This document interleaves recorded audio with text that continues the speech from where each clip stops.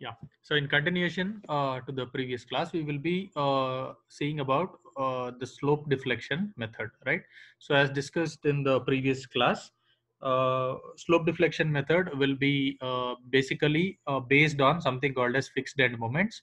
Uh, and whatever you can see on the screen is called the fixed end moments. Okay. So whatever is there on the screen with the fixed beam having some particular loading condition on it is called fixed beam. M bar AB and M bar BA are the fixed end moments at A and B respectively. Okay, so if it is a point load condition, then this will be the fixed end moment at M bar A, that is a fixed end moment at A, and this will be the fixed end moment at B. So similarly for UDL and for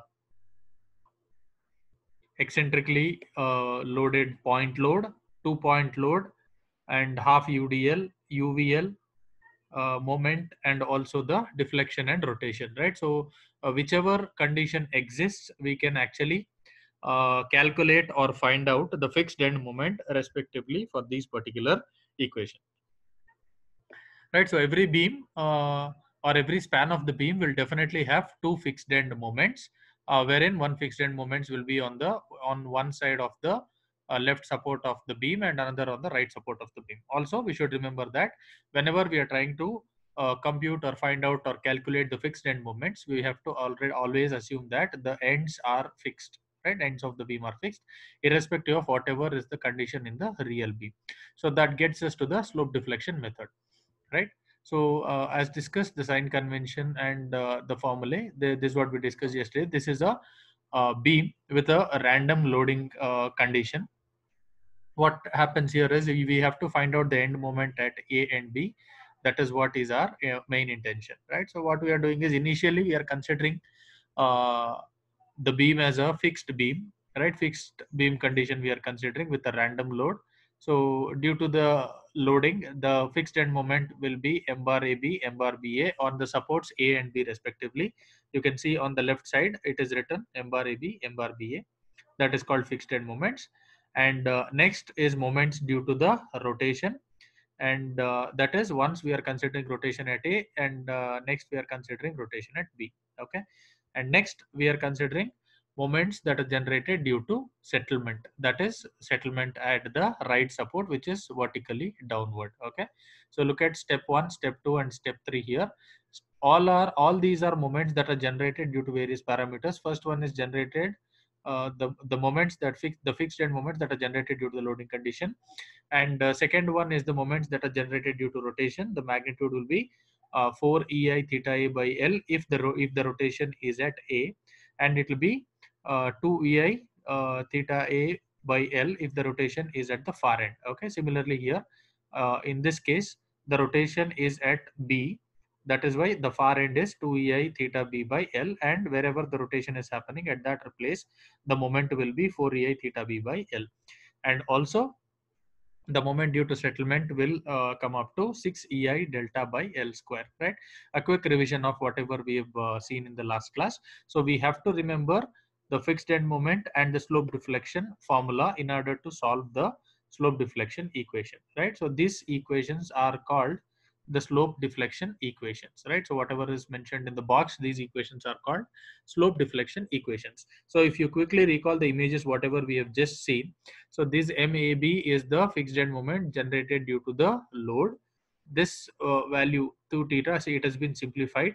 So this 4 ei theta a by L, if you multiply, this is due to the rotation. This is at the near end. This is due to the rotation at the far end, and this value is due to the deflection at the right end of the support. Okay, so these two equations we have to remember, right? So this is with reference to A, that is this support moment at A, and this is the support moment at B, or you can also call it as end moment at A and B respectively, right? So we've quickly see a problem on this. So I'll quickly read out the problem. It is a continuous beam ABC. This consists of two spans. AB is equal to 3 meter, BC is equal to 4 meter, and the ends are A and C are fixed. That means intermediate support, that is B, is not fixed. AB and BC carry UDL of intensity 4 kilonewton per meter and 5 kilonewton per meter respectively. Find support reaction and SFT, right? So we are asked to take the EI as constant. Yeah. So this is the beam that is given. So based on the fixed end moment formula, we are first going to write down each of these span separately as a fixed beam with the same loading condition as given in the real beam. So for the span AB, the load intensity will be 4 kilonewton per meter and the length will be 3 meters. For the span BC, the load intensity will be 5 kilonewton per meter and the length will be 4 meters. For these respective loading conditions, we are going to compute the fixed end moments as per the loading condition formula, right? So if it is a UDL, it is minus WL square by 12 from A, that is M bar AB is the fixed end moment. We'll get minus 3 and plus 3 for MAB and MBA respectively, and minus 6.67 and plus 6.67 for MBC and MCB respectively. So this is how we calculate the fixed end moments, right?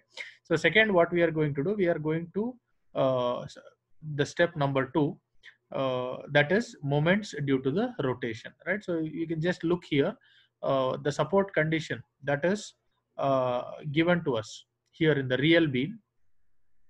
Remember, you have to consider this fixed condition only while calculating the fixed end moments. Okay. So now look at this beam. The supports A and C are basically fixed, right? If you can see here, this is support A, this one is B,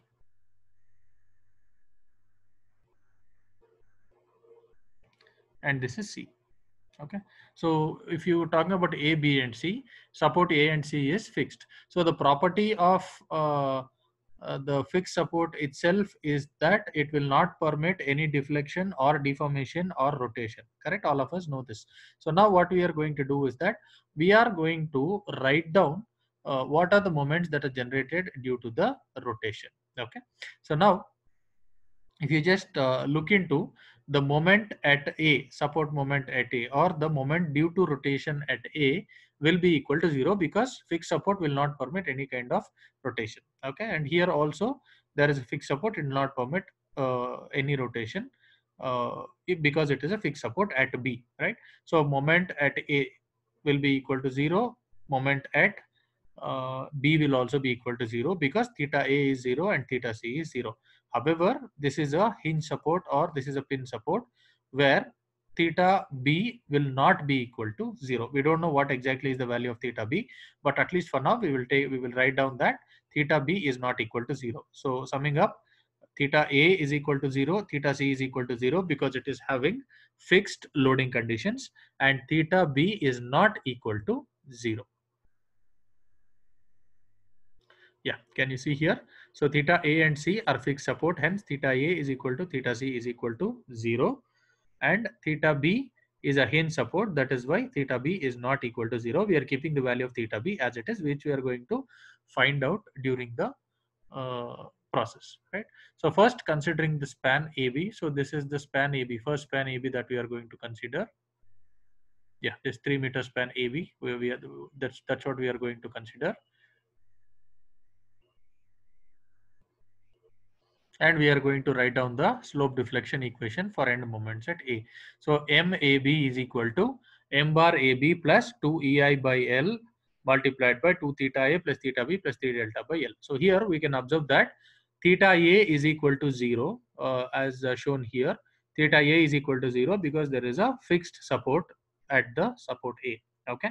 And theta B is not equal to 0. We're going to keep it as it is. And delta, this term delta, is equal to 0 because there is no settlement in this particular problem that is given. So for any particular beam, if there is some settlement or sinking given in terms of millimeters, then we are going to substitute that values of delta here, right? So since in this particular problem this value of delta is not given to us, we are directly taking this value as 0. So we will be eliminating this theta A term and this delta term. So what we will be left out with is this particular equation, right? So this particular equation will be left out. So this will be minus 3 is the value of M bar AB minus 3 plus 2EI by L into theta B. This is what we will be left out. So I am writing this as equation number 1. All right. So now Theta BA also I will be writing down similar to this. Whereas theta BA, I will be using the formula m bar BA, which is equal to plus 3. And here also theta A will be equal to 0, theta B will not be equal to 0, and delta of course will be equal to 0. But when you're writing the formula theta B, here it will be 2 theta B plus theta A, right? So theta A, when it is 0, this will be 2 theta B. So 2 EI plus 2 theta B will come up to 4 EI theta B divided by the length, that is 3 meters. Okay, so the length of AB and BA is going to be 3 meters. What I am doing is I have two equations here. So I'll write down this as equation number 1 and 2. Okay. So this is the final moments. So now similarly, I am going to consider the span BC. Okay, that is the second span, and I am going to substitute the values and write down the slope deflection equation, right? So m bar BC is the end moment slope deflection equation for the span BC from B. So the fixed end moment, whatever we have got, is minus 6.67 plus EI into theta B. This is again because of the reason that theta C is equal to 0 and also delta is equal to 0. Once we substitute, we will be getting this particular value. Okay. So now what we are doing is we are going to substitute the value similarly. We are going to substitute the values of m bar CB and also the value of theta B. Okay, so once we substitute it, we will write down as equation number 4, right? So now we have got 4 good equations in terms of theta B. Okay, you notice here theta B, theta B, theta B, and theta B. So 4 equations in terms of theta B we have got, right? Considering the span AB and BC respectively, right? So now for equilibrium condition, we always should know that the net moment at the point or the joint B or the support B should always be equal to 0. Whatever is the moment with respect to B, moment of B with respect to A, or moment of B with respect to C is generated, ultimately the net moment is equal to 0 because of the condition that summation m is equal to 0. That means the equilibrium condition always exists, wherein we are assuming that the beam is always in equilibrium. So if the beam is always in equilibrium, all of us know that we are assuming 3 equilibrium conditions, wherein summation v equal to 0, h equal to 0, and summation m equal to 0 respectively. So here I am going to consider summation m equal to 0, which will give me m equal to 0 at the joint B, right? So net moment equal to 0 at B. So MBA plus MBC is equal to 0. I have got the equation for MBA here, that is 3 plus 4 EI theta B by 3, and MBC also have got minus 6.67 plus 3 plus EI theta B. I am going to add up both of this and equate it to 0. Can you look at here? I have added up, this is the first equation, this is the second equation. I have added up both of those and I have equated to 0. Right, so there is only one equation and one unknown. I am going to express this in terms of EI. On simplification, I will be getting the value of theta B as 1.57 by EI. So we, in the question, if you remember, this value of EI is given as constant. So we will be keeping it as it is. We'll write everything in terms of EI only. Okay. So now you can see that whatever equations we have generated, equations 1, 2, 3, and 4 in this, only unknown that is there is theta B, wherein we are going to keep this value of EI as it is, right? So we will be substituting this value of theta B, wherein we have got the value of theta B in terms of EI. So if you substitute something by EI, this EI in the numerator and EI in the denominator will get cancelled, giving us the value of the final moment, right? So now substituting equations in equations 1 and 4, we will be directly getting the values of MAB, BA, CB, and BC.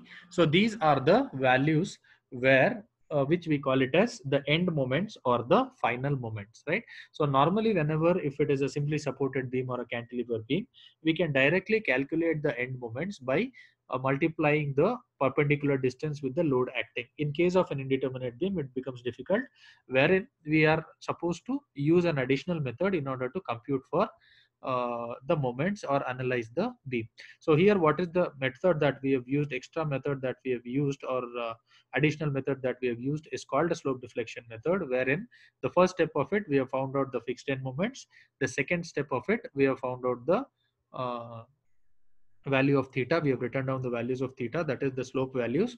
Third step, we have written down the slope deflection equation and substituted the values of the length, the load, and the values of rotation, theta values in the slope deflection equation, simplified them, considering one equilibrium condition at support B. Right. So once we do this, we have got the final moments wherein MAB, that is the support moment at AB or end moment at AB, will be minus 1.95 kilonewton meter, MBA will be 5.1 kilonewton meter, MCB will be 7.46 kilonewton meter, and MBC will be minus 5.1 kilonewton meters. Right. Now, for this particular beam, we are calculating for these moment values. These are for the real beams. For this condition, we are going to calculate the support reaction. Right. For that, what we are going to do is we are going to write down these moment values here. Right. So what we are going to do is this is 1.95, as you can see here, 1.95 4 kilonewton per meter load for 3 meter span, and here it is, this is MBA. So value of MBA, we have got it as 5.1 kilonewton meters. Right. So here also we are going to write down similarly for the span BC. Right. So MBC is 5.1, as we can see from here, and MCB is 7.46, and the load remains as it is. Right. So from this, we are going to write down what exactly is the find out what exactly is the support reactions. Okay. So this is how we do find out the support reactions at ends. So here support reactions we have got 4.95, 7.05, 9.16 clubbed together, we get it 16.21, and this is 10.84. So the support reactions VA, VB and VC will come up to VA is equal to 4.95 kilonewton, VB is equal to 16.21, and VC is equal to 10.84. Right. So we can have a check whether the support reactions are correct or not by calculating the values of VA plus VB plus VC. Okay. So if you take summation V is equal to 0 condition, then you should be able to verify the same. Okay. So these are the support reactions. That means the vertical forces 4 into 3 plus 5 into 4 should be equal to these values. Okay. The addition of the support reactions. Right. So once we are getting the support reaction values, we have to plot the bending moment diagram. See, we have got the moments, and you have also know the loads. So it is not directly possible for us to draw the bending moment diagram just using these moments. We will be splitting up the bending moment diagram in terms of the moment diagram and the free bending moment diagram. Right. So you can look at the bending moment diagram that is given here. Right. So here you can see, as you can see, this 1.95, 5.1 and 7.46 are the values that are got from the support moments, and these 0.95 and 3.72 are the values of the free bending moment diagram. Okay. So these are the value. This is how we are going to plot the bending moment diagram. So that means this is the combination of FBMD and MD, that is free bending moment diagram and the moment diagram. So this is how you draw the bending moment diagram. Now you have got the support reactions. It is pretty easy for us to draw the shear force diagrams as well. You know, this is 4.95 from the value whatever you have got. Okay, you can notice that this is 4.95, 7.05, 9.16, 10.84. So using these values, we are going to draw the bending moment diagram. Shear force diagram. So 4.95 at the left extreme end, 9.16, 7.05 clubbed together, it comes up to 16 point something, and this final value we will be getting 10.84. Right. So this is how we draw the bending moment diagram and the shear force diagrams. Right. So the method is pretty simple. All you got to do is you have to make yourself familiar with the fixed end moments and the slope deflection equation. Right. So once you remember the fixed end moments, you get them right, and you substitute the values in the slope deflection equation, it's going to be really easy.